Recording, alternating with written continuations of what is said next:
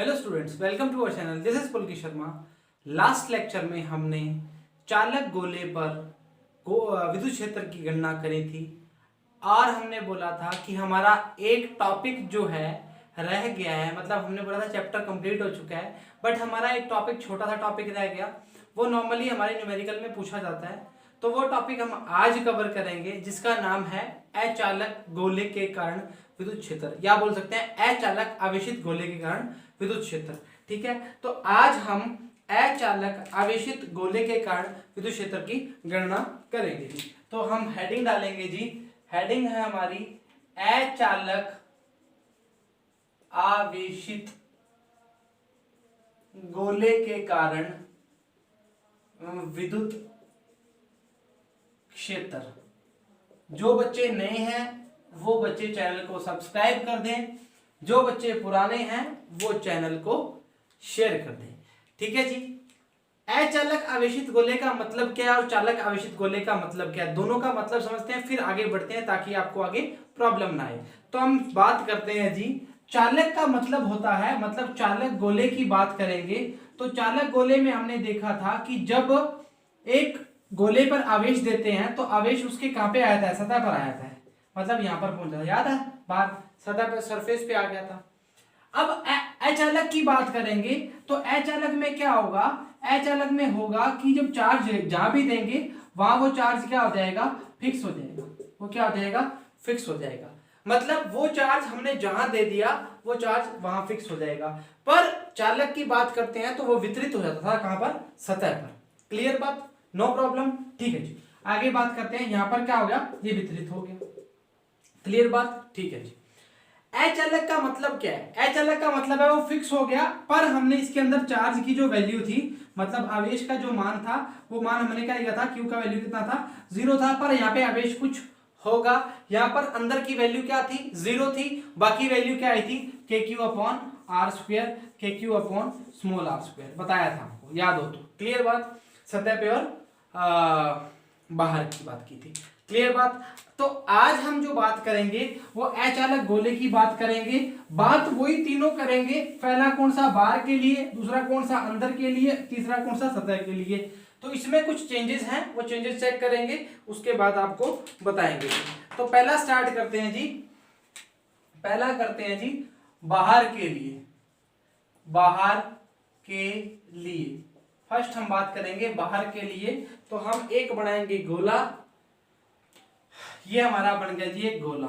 ठीक है, इस पे हमने चार्ज भर दिया, इसको बोलेंगे अचालक आवेशित गोला। क्लियर, क्लियर बात। लो जी, हमने आवेश दे दिया इसको इस टाइप से। ठीक है, अब आपने क्या किया, एक गाउसियन पृष्ठ बनाई, गाउसियन पृष्ठ बनाई। ये देखो जी, गाउसियन पृष्ठ बन गई आपकी इस टाइप से। ये आपका हो गया जी गाउसीय पृष्ठ। बात क्लियर आ गई।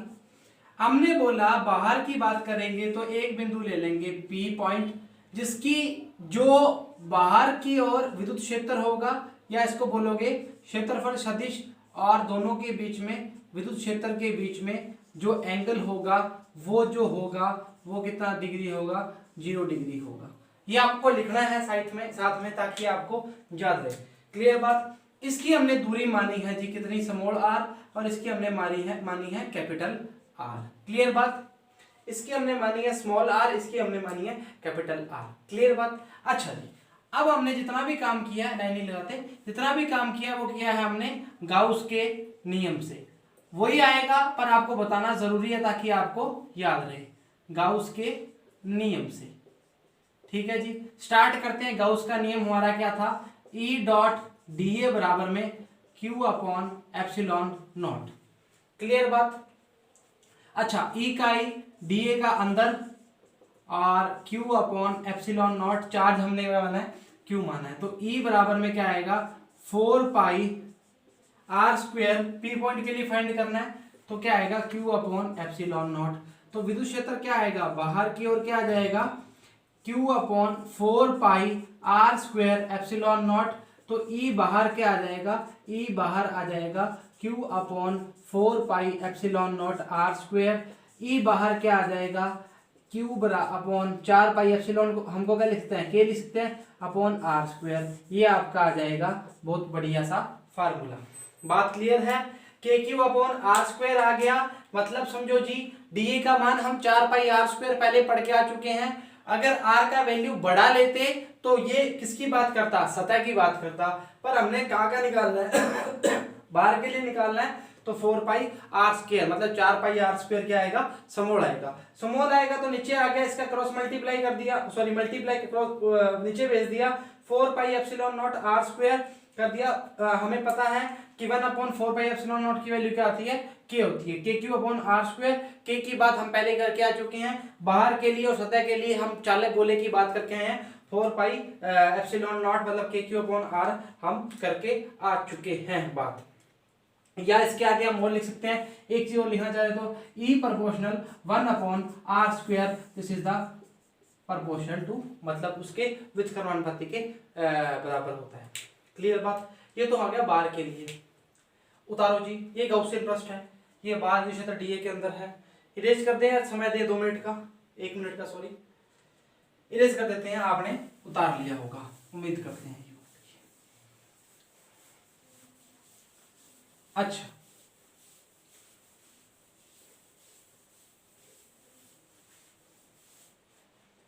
हाँ जी, आओ जी।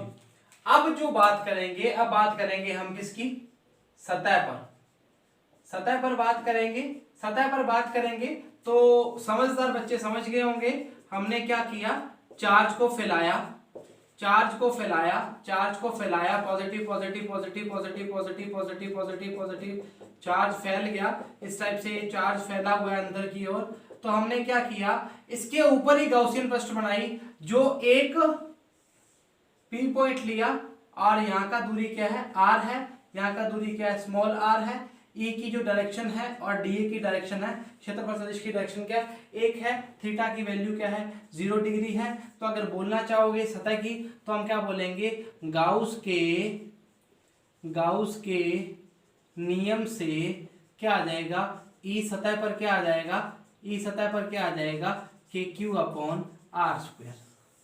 सही है, क्योंकि ये इसको पूरा डिराइव करने का मतलब तो है नहीं, वही चीज आएगी, थीटा का वैल्यू वो आएगा, बारी बारी टाइम वेस्ट करने का मतलब नहीं है। तो इस सतह की वैल्यू क्या आएगी, के क्यू अपॉन आर स्क्वायर। उतारो जी इसको, के क्यू अपॉन आर स्क्वायर सतह के लिए बात करेंगे। ठीक है जी, उतार लिया होगा। आगे हम चेक करते हैं किस पे, अंदर, अंदर करेंगे चेक, देखते हैं जी अंदर।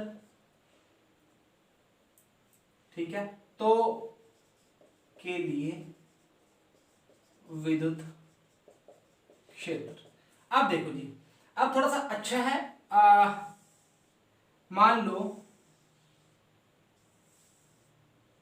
ये गॉसियन पृष्ठ है और इसके अंदर हमने क्या बोला, ये चार्ज फैला हुआ है।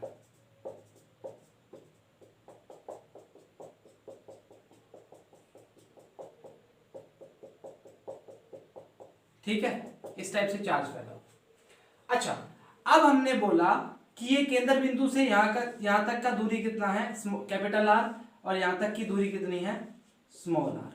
वही ई आर डी ए क्षेत्रफल सदिश की बात कर रहे हैं। ठीक है, ये क्या है, विद्युत क्षेत्र की बात कर रहा है। क्लियर बात? अच्छा, अब हमने पढ़ा हुआ है गाउस के नियम से, अब हमने पढ़ा हुआ है गाउस के नियम से, गाउस के नियम से चेक करते हैं। मान लो अंदर का जो चार्ज है, आवेश है, उसको हमने नाम दे दिया Q डैश आवेश, और जो टोटल चार्ज है उसके लिए हमने बोला Q आवेश। बात समझ आ रही है आपको? जो अंदर का चार्ज है, मतलब जो अंदर की बात करेंगे, उसके लिए जो चार्ज फैला हुआ है, पहले तो हमने क्या बोल दिया था, बिल्कुल सीधा बोल दिया था कि अंदर चार्ज है ही नहीं, तो Q की वैल्यू क्या 0 होगी, तो E डॉट डी बराबर में Q अपॉन एप्सिलॉन नॉट, तो Q की वैल्यू 0 है तो E बराबर में 0। ये बात क्या कि हम निकल गए थे। अब हमने क्या करना है, अंदर जो है चार्ज फैला हुआ है, आवेश फैला हुआ है, आवेश का जो फैला हुआ है अंदर, तो उसका कुछ मान आएगा, विद्युत क्षेत्र उसका कुछ आएगा। जहां जहां आवेश है वहां वहां आसपास क्या है, आसपास आवेश की क्षेत्र है। क्लियर बात? अच्छा जी, आगे बात करते हैं, वापस बात करेंगे। ई डॉट डी ए बराबर में क्यू अपॉन एप्सिलॉन। इसका एक तरीका बताऊंगा, दूसरा तरीका, दोनों बताऊंगा ताकि आपको प्रॉब्लम ना आए। ठीक है, तो ई डी ए का D A Q upon epsilon naught, तो ई बराबर में 4 पाई आर स्क्वेयर, इसको छोड़ दो, एक याद तक लिखो। ठीक है, ई डी ए बराबर में 4 पाई क्यू अपॉन एप्सिलॉन नॉट। अब देखो जी, हमें आवेश का मान निकालना है, वो भी कौन से आवेश का, क्यू डैश आवेश का। तो आप बोलोगे कि पूरे का चार्ज कितना है, पूरे चार्ज कितने पे है, पूरे गोले पर चार्ज है, और गोले का आयतन क्या है, गोले का आयतन क्या है, 4/3 पाई आर क्यूब आयतन पर आवेश का मान क्यू है, मानते हो। एक पर कितना होगा, एकांक के लिए बात करेंगे, 4/3 पाई आर क्यूब, मानते हो। हमें निकालना किस पर है, 4/3 पाई स्मॉल आर क्यूब के भी कितना होगा, Q upon 4/3 pi R cube into 4/3 pi small R cube, मानते हो। काटा काटा, अच्छा आओ इधर आओ। अच्छा, ये वैल्यू किसके बराबर आएगी, ये वैल्यू आएगी क्यू डैश के बराबर। क्यू डैश के बराबर वैल्यू क्या आ जाएगी, Q upon Q R cube upon capital are cube, ये बात मानते हो। और ये वैल्यू क्यू डैश के बराबर क्यों आई है, क्योंकि अगर मानो कि वो बोलते हैं ना कि 50 ट्रॉफियां हैं और 50 बच्चे हैं, तो आप कैसे डिस्ट्रीब्यूट करते हो, एक एक ट्रॉफी दे दोगे, मतलब क्या बोलोगे कि 50 ट्रॉफियां हैं और 50 बच्चे हैं, तो प्रत्येक बंदे को कितनी आएगी, 50/50 करते हो ना, एकांक के लिए निकालने के लिए। वैसे ही हमने क्या किया, चार्ज पूरे में फैला हुआ था, तो पूरे आयतन से उसको मल्टीप्लाई कर दिया, मतलब एकांक की बात कर ली, डिवाइड कर दिया, मतलब भागित कर दिया।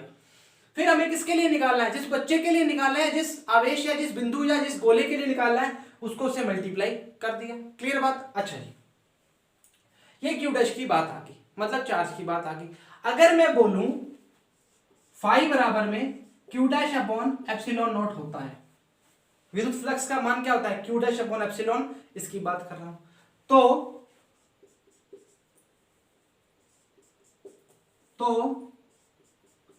क्या होगा कि फाई बराबर में क्यू डैश की मान रख देंगे क्यू आर का cube upon R cube epsilon not.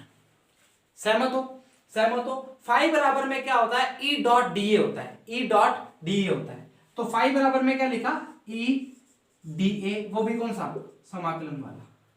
ठीक है, Q are cube upon epsilon not are cube, समझ आ गई बात? अच्छा ठीक है। अच्छा, ई का ई, इसकी वैल्यू क्या आएगी, 4 pi are square q are cube upon epsilon not are cube. R, अच्छा काटना पीटना करेंगे क्या, पहले इसको हम नीचे मल्टीप्लाई में भेजते हैं, 4 pi are square epsilon not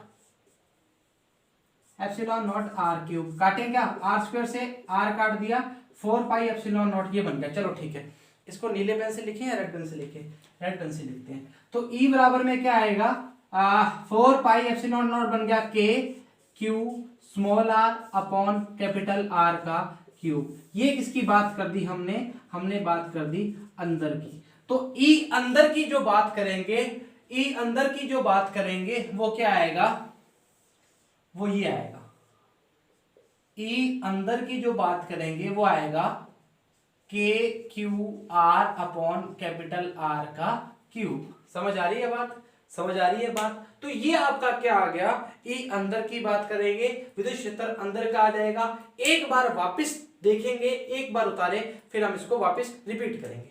उतारो जी,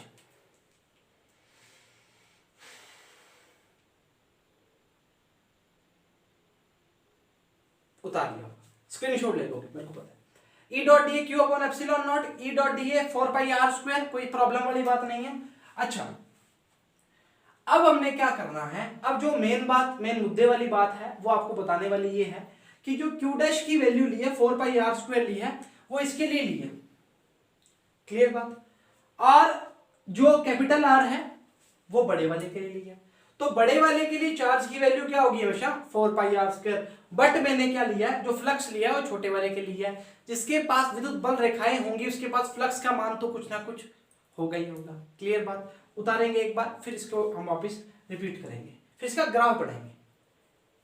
ठीक है, ठीक है, इरेज कर दें, कर दो।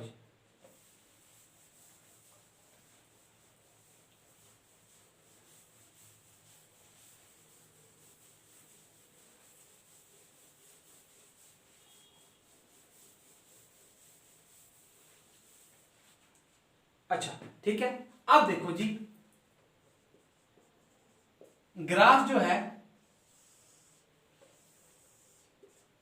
वो बनेगा E और R के मध्य। क्लियर बात। अच्छा जी, ये पॉइंट बता दिया मैंने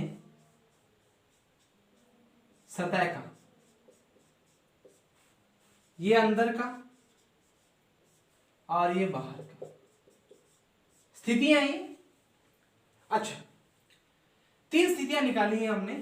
फर्स्ट निकाली है बाहर की, जिसकी वैल्यू आई थी E बराबर में E प्रोपोर्शनल 1/r²। क्लियर बात। सतह पर क्या आई थी, मैक्सिमम, मतलब बराबर था। अच्छा, अंदर के लिए क्या आया था,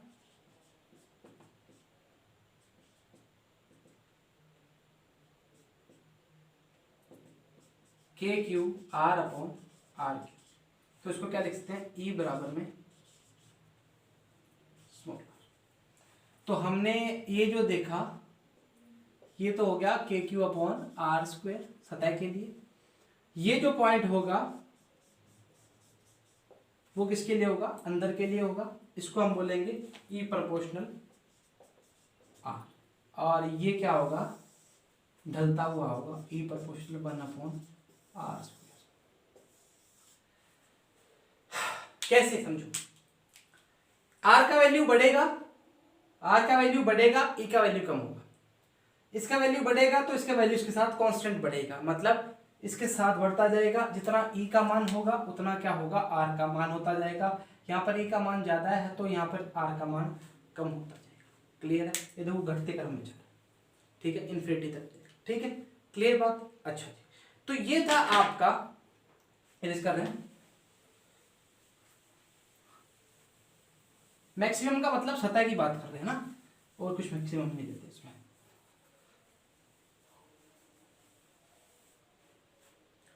अच्छा, आज का लेक्चर यहीं पर समाप्त करते हैं। कल आपको इसी वक्त मिलेंगे।